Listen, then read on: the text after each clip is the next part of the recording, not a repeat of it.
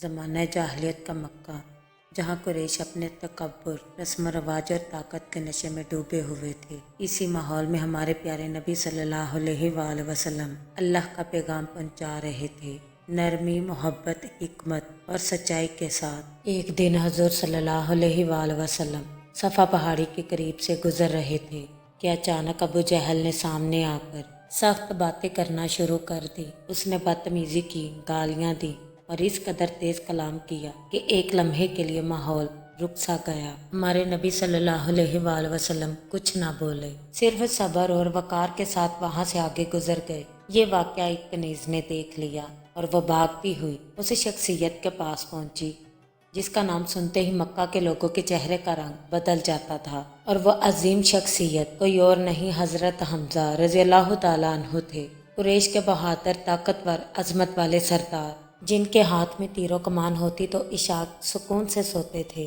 شکار سے واپس آ رہے تھے، کندھے پر کمان لٹک رہی تھی۔ کنیز نے آگے بڑھ کر ساری بات بتا دی کہ ابو جہل نے محمد صلی اللہ علیہ وآلہ وسلم کو بہت تکلیف دی ہے، اتنی بدتمیزی کی کہ میں بیان نہیں کر سکتی۔ کنیز کی بات سن کر حضرت حمزہ رضی اللہ تعالیٰ عنہ کا رنگ بدل گیا۔ وہ حضور صلی اللہ علیہ وآلہ وسلم کے چچا تھے، مگر اس سے بڑھ کر دل کے اندر ایک نور موجود تھا جو ابھی ظاہر ہونا تھا۔ وہ سیدھے حرم کی طرف بڑھے۔ ابو جہل اس وقت قریش کے سرداروں میں بیٹھا ہوا تھا۔ حضرت حمزہ رضی اللہ تعالیٰ عنہ نے بغیر ایک لمحہ بھی ضائع کیے اس کے سر پر اپنی کمان ماری اور اعلان کیا، تم محمد صلی اللہ علیہ وآلہ وسلم کو برا کہتے ہو، میں بھی ان کے دین پر ہوں، اگر تم میں ہمت ہے تو سامنے آؤ۔ سب لوگ اکٹھے ہو گئے۔ ابو جہل بھی سہم گیا، بلکہ الٹا بولنے لگا، میں نے واقعی زیادتی کی ہے۔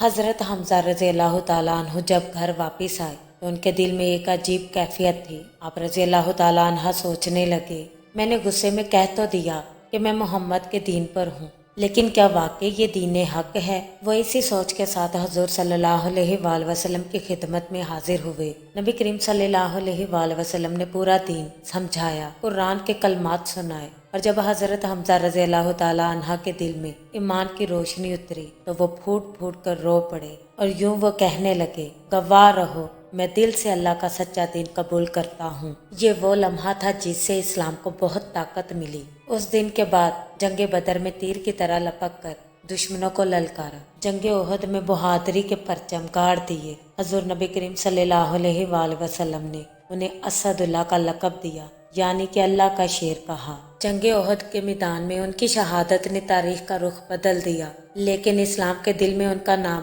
ہمیشہ کے لیے نقش ہو گیا۔ سبسکرائب